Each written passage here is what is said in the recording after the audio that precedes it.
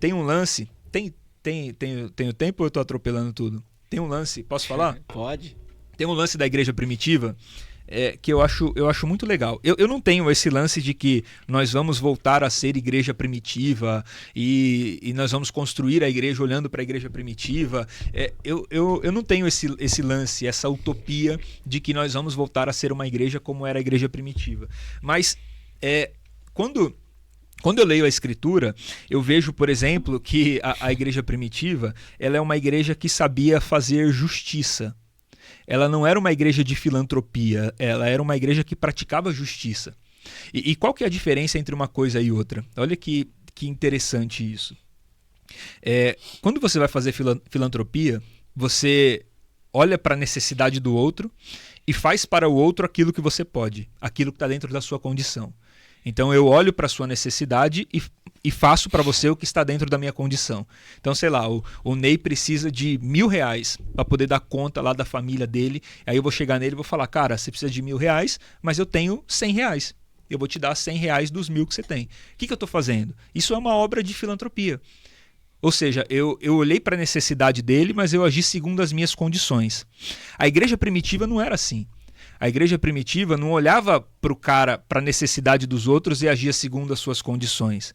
A igreja primitiva olhava para a necessidade do outro e agia segundo a necessidade do outro. No entanto, que se você for ler a igreja primitiva, você vai ler que eles tinham tudo em comum. Eles perseveravam no partir do pão, na oração, na direção que os apóstolos davam para eles. Eles vendiam as suas propriedades para que não faltasse nada a ninguém. Então é como se o cara olhasse para a tua necessidade e ele se comprometesse com a sua necessidade e não com o que ele podia fazer com a sua necessidade. Então não é o que eu posso, é o que você precisa. Esse é o lance, esse é o sustentáculo da igreja primitiva. Não é o que eu posso, é o que você precisa. Então, se é de 1.000 que você precisa, é atrás de 1.000 que nós vamos. E eu vou me comprometer junto com você e nós vamos conquistar isso. Eu não vou te dar só o que eu tenho, mas eu vou com você até alcançar o que você realmente precisa. O problema vai ser resolvido. Isso é a igreja primitiva. E quando que a igreja começa a ter essa cosmovisão? A igreja começa a ter essa cosmovisão quando o Espírito Santo é derramado sobre eles. Então, em Atos 2, o Espírito de Deus foi derramado sobre aqueles caras. E quando o Espírito de Deus caiu sobre eles, o que aconteceu com eles foi que eles ganharam um senso de justiça. Eles foram batizados com o Espírito Santo e o resultado disso é que eles ganharam um senso de justiça. Não é que eles saíram gritando que nem doido, rodopiando, pulando. Eles ganharam um senso de justiça. Isso é ser batizado com o Espírito Santo. Eu conheço um monte de gente que fala língua dos anjos e bate na mulher. Um monte de gente que fala língua dos anjos e é caloteiro na praça. Não paga o que deve. Que maltrata os filhos, que é ausente em casa. Eu conheço um monte de gente que fala em línguas dos anjos, mas não consegue falar a língua da esposa. Fala a língua dos anjos, mas não fala a língua dos filhos. Isso não é espiritualidade, cara. Isso não é espiritualidade. Você não precisa lidar com um anjo. Você precisa aprender a lidar com a tua esposa, com o teu filho, com o teu marido, com o teu irmão, com o teu pai, com a tua mãe. É com eles que você precisa aprender a lidar. Então, quando o Espírito Santo vem sobre nós, é para nos dar senso de justiça. Isso é espiritualidade. Então, você está falando de uma igreja, a igreja primitiva, que é a igreja que não fazia o que ela podia fazer, mas ela fazia o que o outro precisava que fosse feito. E isso é a igreja, é dessa igreja que a gente está falando. E as pessoas ficam confundindo isso com instituição falida, inclusive, com um monte de instituição quebrada, furada, com um monte de mercenários à frente dessas instituições. Quando a gente fala de igreja, que você tem que participar de uma igreja, é disso que a gente está falando, cara. Eu não estou falando para você que você tem que bater cartão na igreja do apóstolo fulano de tal. Esquece desse cara.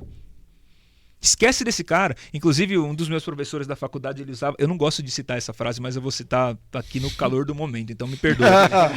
Mas ele citava uma frase que eu achava engraçado na época. Hoje eu não acho tão engraçado assim, mas acho que cabe. Ele falava assim, cara, apóstolo bom é apóstolo morto.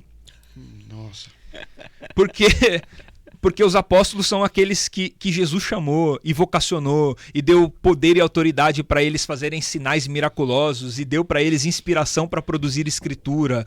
Acabou. Então, cara, se você tá ali sofrendo, sendo oprimido na igreja do apóstolo fulano de tal, do bispo fulano de tal, ou do pastor fulano de tal, e você tá percebendo que naquela igreja quem manda é ele e a família dele, se você tá percebendo que ele usufrui dos bens que a igreja oferece sem repartir nada com alguém, que ele não pratica justiça, não é disso que eu tô falando. Eu nem vou chamar isso de igreja, porque não é disso que eu tô falando, porque isso não é igreja.